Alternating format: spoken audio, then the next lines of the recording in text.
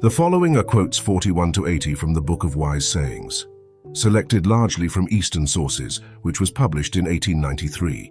It was by William Alexander Clouston. Enjoy. Mention not a blemish which is thy own in detraction of a neighbor. Affairs succeed by patience, and he that is hasty falleth headlong. A man who has learnt little grows old like an ox. His flesh grows, but his knowledge does not grow. Unsullied poverty is always happy, while impure wealth brings with it many sorrows. Both white and black acknowledge women's sway, so much the better and the wiser too, deeming it most convenient to obey, or possibly they might their folly rue. We are never so much disposed to quarrel with others as when we are dissatisfied with ourselves. No one is more profoundly sad than he who laughs too much. The heaven that rolls around cries aloud to you while it displays its eternal beauties, and yet your eyes are fixed upon the earth alone. This world is a beautiful book, but of little use to him who cannot read it. Sorrows are like thunderclouds. In the distance they look black, over our heads hardly grey. The gem cannot be polished without friction, nor man perfected without trials. Health is the greatest gift, contentedness the best riches. Great and unexpected successes are often the cause of foolish rushing into acts of extravagance. Let none with scorn a suppliant meet, or from the door untended spurn a dog, an outcast kindly treat, and so thou shalt be blessed in turn. Choose knowledge if thou desirest a blessing from the universal provider, for the ignorant man cannot raise himself above the earth, and it is by knowledge that thou must render thy soul praiseworthy. Good fortune is a benefit to the wise, but a curse to the foolish. In this thing one man is superior to another, that he is better able to bear adversity and prosperity. The rays of happiness, like those of light, are colorless when unbroken. There are three things which in great quantity are bad, and in little very good: leaven, salt, and liberality.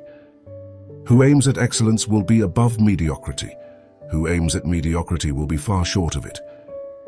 Keep thy heart afar from sorrow, and be not anxious about the trouble which is not yet come. If thy garments be clean and thy heart be foul, thou needest no key to the door of hell. We ought never to mock the wretched, for who can be sure of being always happy? To those who err in judgment, not in will, anger is gentle. Not only is the old man twice a child, but also the man who is drunk. Wrapped up in error is the human mind, and human bliss is ever insecure. Know we what fortune yet remains behind. Know we how long the present shall endure.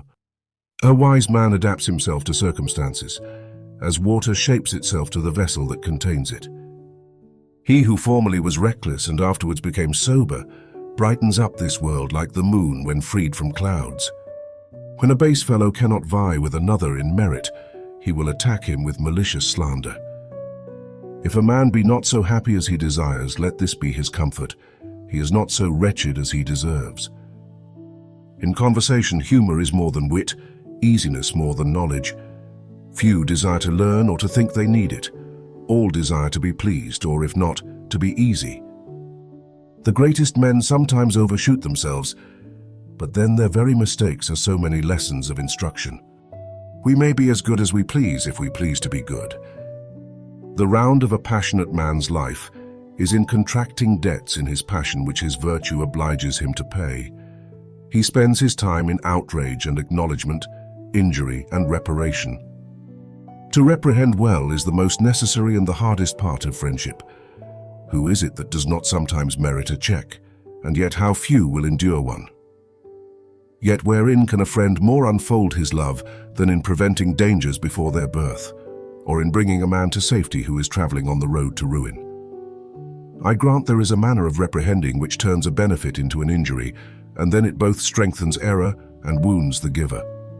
When thou chidest thy wandering friend, do it secretly, in season, in love, not in the ear of a popular convention, for oftentimes the presence of a multitude makes a man take up an unjust defense rather than fall into a just shame.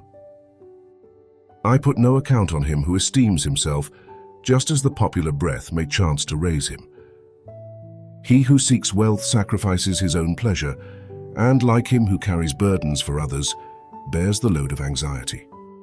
circumspection in calamity, mercy in greatness, good speeches in assemblies, fortitude in adversity. These are the self-attained perfections of great souls.